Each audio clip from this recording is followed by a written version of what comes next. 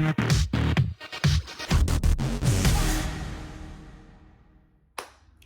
guys, and thank you for clicking on this video. Thank you for clicking and tuning in on this video. It's been a long time coming. I'm still trying to set up my whole YouTube thing in my room, so bear with me on that. Everything is going great in my favor, so I think like I'm going to be consistently posting because I have like a lot of times on my hands now for entertainment, and more content will be coming soon, I promise. So it's your girl Sing B, and life's a bitch and sometimes you are too, so remember to be kind and not to be rude. It's not cute. Now today I wanted to tell you guys just a quick story time because I really haven't been posting anything. This is a story about my psycho ex-boyfriend robbing his friends and it not ending well. And honestly, this is like the introduction to my psycho ex-boyfriend. Like there's a lot.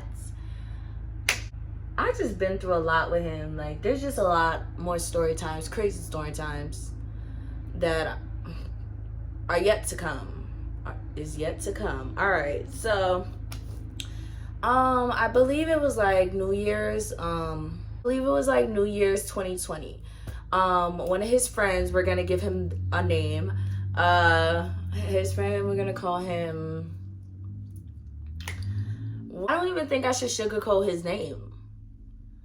Yeah, I'm not even gonna sugarcoat his name. So one of his friends named Brandon, which is my brother's name, which is funny, but one of his friends named Brandon invites us to a New Year's Eve party that he's hosting at his house. And we usually go over Brandon's house to have like game nights. They play poker and they usually drink over there. So it's always a good time at Brandon's house. So, you know, when we're going to give my ex-boyfriend a name too, we're going to call him Pride, and you're going to understand why I call him Pride, like once I give you more story times and explain it in the other videos, but not this video, okay?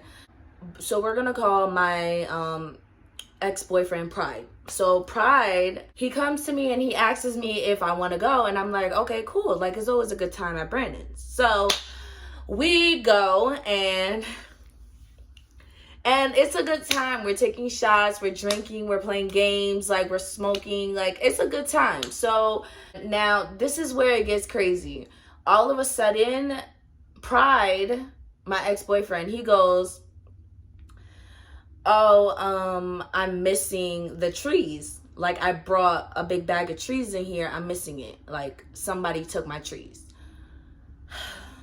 So when he's telling me this, I'm kind of looking around the room because that's what I do. I'm a Virgo. I study character. So I'm looking around the room and I'm like feeling people's characters out. And I'm like, okay, so who do you think that took it? Like, are you sure somebody took it? Like, did you put it under the table? Because knowing Pride's ass, he always just doing something. Anyways, so I'm asking him, I'm like, did you leave it in the bathroom? Did you look for it before you start accusing people? So another thing I didn't tell you is that Brandon and majority of Brandon's friends are Korean. And it really doesn't matter, like I said, because we were cool. But I just want to tell you that like we were the only black people here. So Pride is literally saying that his trees are missing, and he automatically just wants to accuse people. But I'm just like, listen, let's look for this. You know, can we not be that black couple? Like, can we just look for this? Let's look for this. So we start to look for it, and it's nowhere to be found. Literally nowhere to be found. So Pride goes in the room and he talks to Brandon and he's like, hey, I lost my trees. Like, I don't know where it is. I don't even see it. And they're talking or whatever. So Brandon reaches in his pocket and he gives Pride his trees. And he's just like, hey, I'm sorry. You know that this never happens when you come over. When you come kick it with me, you know, it never happens. Like, here you go. Like, you know, like let it go. for now, but like, here you go. Like, I don't want you to leave empty-handed because you didn't come empty-handed. Basically, like, so generous, so generous. So Pride takes the trees from Brandon and he puts it in his pocket. And he's like, oh, okay, cool. I'm still gonna check somebody because I want to know. So Pride proceeds to go back into the party because, mind you, we're in the room. So we're walking out the room now.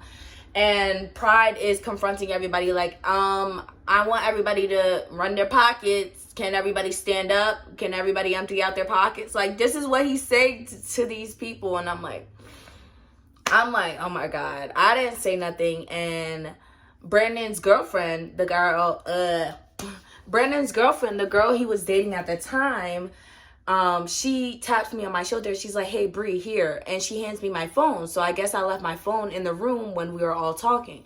And she's like, I don't want you to accuse me. So she gives me my phone and she's like, yeah, I wouldn't want you to accuse me too.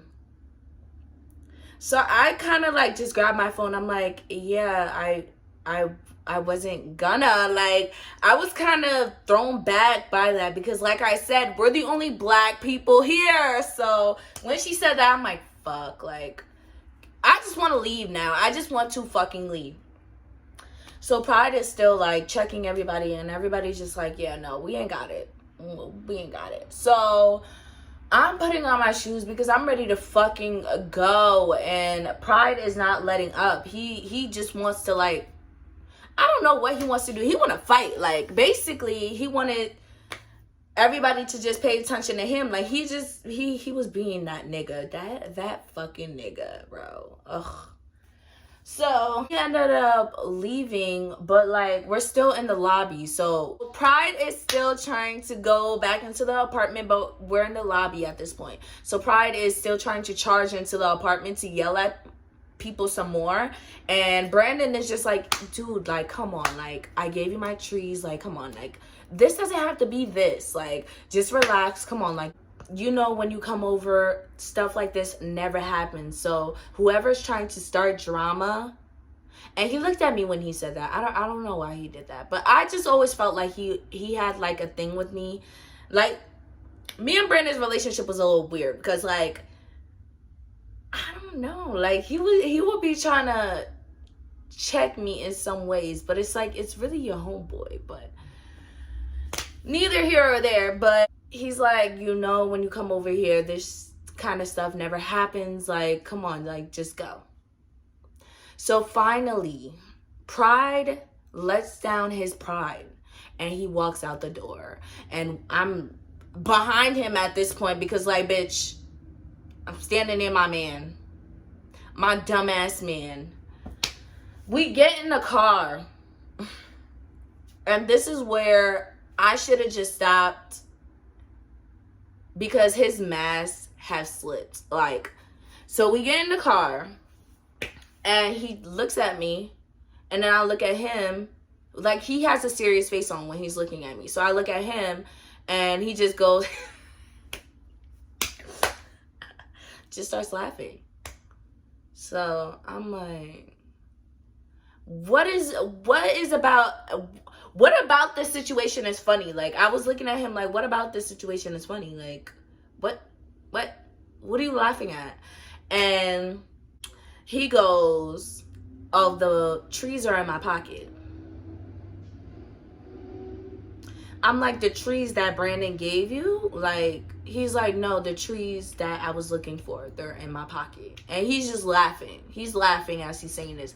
I'm like, why did you just make a scene in there? Why did you just do all that? I'm like, I'm kind of yelling at him a little bit. I'm like, why did you just embarrass us like that? You know, we were the only black people in there. Like, I was so upset because I'm like, yo, we looked crazy and now you telling me that we were actually fucking crazy because you're fucking crazy. No. I'm like, we just look fucking crazy in there. And he's just like, oh, yo, relax. When I first brought it up to you and I confronted everybody, I didn't know I had the butt in my pocket.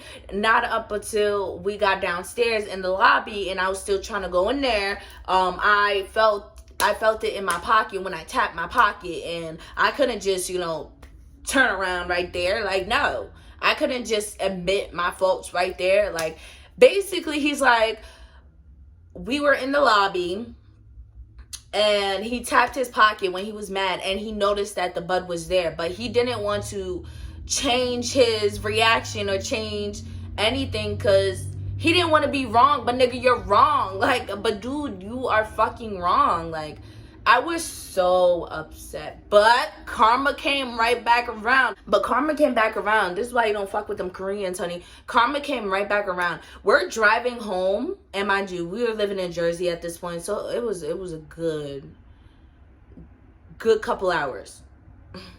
So we're driving home, and we stopped somewhere to, like, for him to smoke.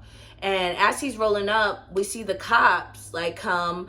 And long story short, the cops take all of our trees and they throw it out, and they just tell us to, like, go home. This was about, like, 3 o'clock, 4 o'clock, 5 o'clock in the morning.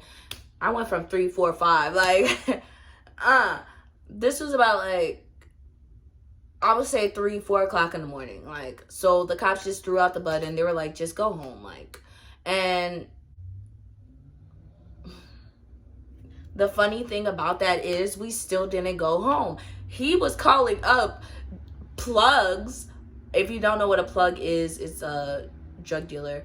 He was calling them up to sell him a bag of trees. And at this point, we did not go to sleep. We did not go to sleep, y'all. Because he was the type to be like, listen, like, I can't go to sleep without smoking. So, like, if he didn't smoke, he couldn't sleep. But we're wandering basically downtown looking for someone to sell us a bag. And because like I said, we lived in Jersey at this point. We're in Rockland. It's about like 5, 6 o'clock in the morning. And the drive to Jersey is about an hour or an hour and 30 minutes. Like, so long story short, we did not go to sleep. He ended up copying from, like, somebody that was up, like, early around 7, and then we finally went home.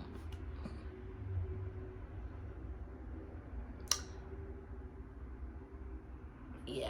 So one of the reasons why I call my crazy ex-boyfriend Pride is because he was very prideful. But we're gonna get to that. But all right, that's the story time, y'all. I didn't switch up his friends' names because I really want y'all to understand it was not me. It was your homeboy. But yeah, so more story times here to come. Like, you wouldn't believe your eyes or ears. Yeah, so we'll get to Pride another time. But this was a introduction to him, basically. Like, Pride is a fucked up person. He really is. I like to call him the devil himself walking, because he would just play his part so well that when you really see what he was doing, you'll be like, oh, that's the fucking devil. Because, like they say, the devil is beautiful. The devil is very beautiful. I don't know. I just like to call him the walking devil himself. Like, he is. He is. He would literally fucking poison you and take you to the hospital and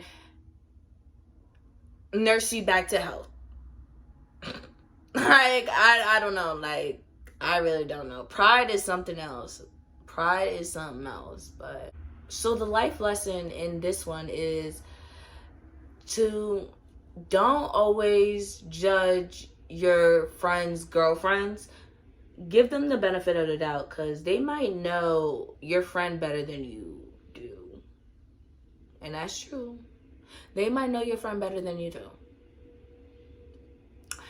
That's all I got for you guys. Thank you so much for clicking and subscribing and comment and like and subscribe and comment and like.